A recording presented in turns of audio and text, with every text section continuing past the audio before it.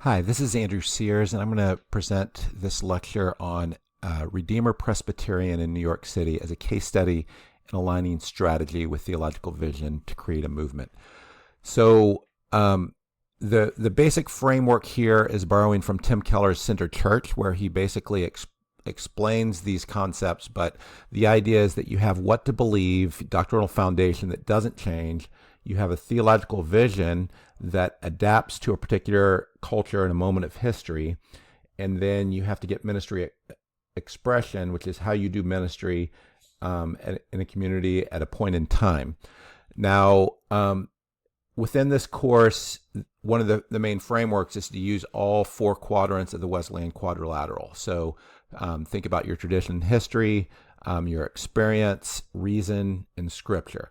Now, looking at Tim Keller, why was he so successful? Well, one of the reasons why he was uniquely successful is if you look at his leadership, his core competency was amazingly broad across all four quadrants, and in ways that fit his audience. So he had amazingly in-depth, theological training, and he's read history and was very familiar with the theology of his tradition. And he also was very experienced in being able to run his church effectively, from an organizational perspective. And also he led in reason as a thought leader, to the extent that as an evangelical Christian, he was one of the few people ever to be invited to Google to give a talk at Google, even though they knew that his stance on a lot of things like human sexuality and marriage was different than the majority of the folks at Google. But he was invited because they recognized him as such a strong thought leader in society.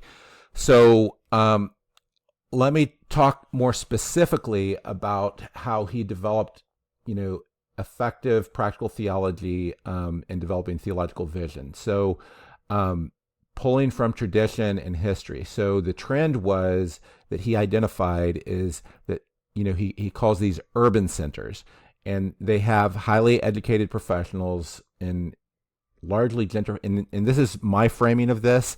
So this isn't how he would frame it. He's probably given it a more positive framing, but in gentrifying cities that are not being effectively reached by those who take an adversarial, anti-intellectual approach to culture. So his tradition is the Presbyterian Church of America, PCA.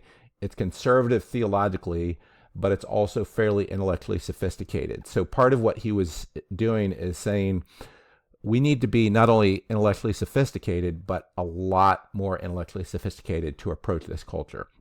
And he said there's many unreached individuals and those who are highly educated, disaffected Christians who need a more sophisticated approach to culture. So he was serving in Manhattan, which basically this is what he identified for trend, audience, and tradition. Then in experience, his leadership, he has a unique gift of combining intellectual sophistication and simple language. So I use a lot of Tim Keller books at City Vision, not necessarily because I agree with all his theology, but because what we're trying to do at City Vision is we're trying to help people, reach the intellectual heights, but to do that in simple language. So he's very sophisticated intellectually, but he's I think part of it was because he worked as a pastor of a small rural church for like 10 years. He learned to speak in common language. From a business model perspective, Redeemer developed organizational culture and processes that enabled it to grow church membership financially and to replicate that by planting other churches. And then on reason, as I mentioned, he arguably established himself as one of the top thought leaders engaging with culture and science while retaining conservative theology. Arguably, in the United States, I believe he was probably the top thought leader coming from the evangelical perspective, at least in engaging with secular audiences. He became a prodigious author, engaging with key cultural issues of his time. He I don't know how many books, 20-some books, but you name it, he's engaging with it for a lot of the key issues of his time. And then scripture, theological leadership. He became, in the stuff he wrote, he retained intellectually sophisticated conservative theology in simple language. Even combining those words is difficult. Just keeping it simple, having conservative theology, and also be intellectually sophisticated. So that's a big part of this. So if you look at what he did, and this is discerning theological vision is given the new context in our unique calling. So for him, it was Manhattan. What's the theological vision that will maximize our impact while remaining faithful to our core theology and values? So he moved his context from a rural church to planning an urban center, and ultimately he had to develop new theological vision. So his audience largely is affluent professionals in urban centers. His theological vision is very strong, and I'm not going to go into all of it, but it's strategically aligned with everything. He had funding, the funding model of this. Well, if you're going for affluent professionals and urban audiences, that kind of makes funding work out pretty well. The programs he offered within his church were well executed, and they fit the audience.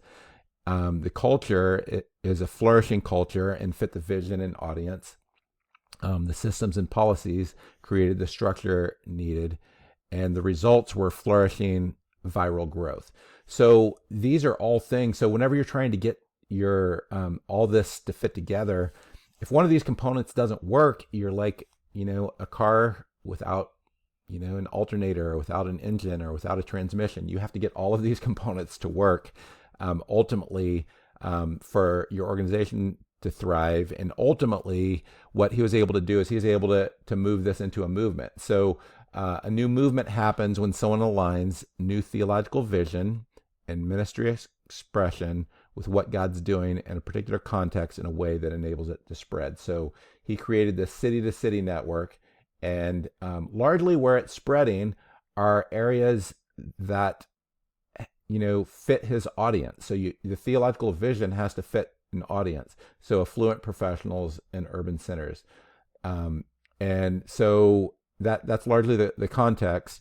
And the outcome is that this movement's planted, last time I looked this up, was 1,633 churches and over 100,000 leaders trained. So as you think about developing your own theological vision and how to align your ministry expression, it can be helpful to think about how he got all of these to work together. Because just like an engine of a car, all the components of the car need to work together in sync. And it's kind of the same thing with getting your alignment. And if you develop a good engine, then you can start to replicate that. And part of what he did also, and I didn't get into this, you have to create mechanisms to replicate that. So how do you train leaders? How do you send them out to start new churches? How do you take people who are, in context that you might want to serve and equip them with your theological vision? And ultimately, that's what he did amazingly effectively.